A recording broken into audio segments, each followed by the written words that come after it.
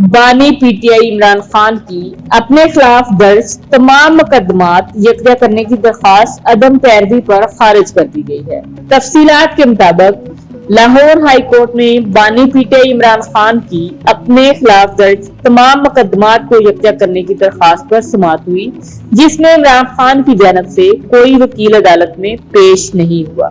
दौरान समाअत अदालत ने पंजाब हुकूमत के वकील से इस्तफसार किया कि दरख्वास्त गुजार के खिलाफ कितने मुकदमा दर्ज हैं, जिस पर वकील ने बताया कि दरख्वास्त गुजार पर 107 मुकदमा दर्ज हैं।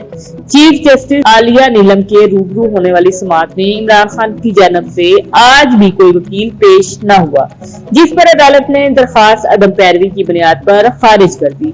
वाज़ेह रहे 2023 में बानी पीटीआई इमरान खान की जानब से ये दरख्वास्त दायर की गई थी, जिसमें मौक़िफ़ इख्तियार किया गया था कि पंजाब के तमाम शहरों में मुकदमात दर्ज हैं, इन्हें यकजा किया जाए।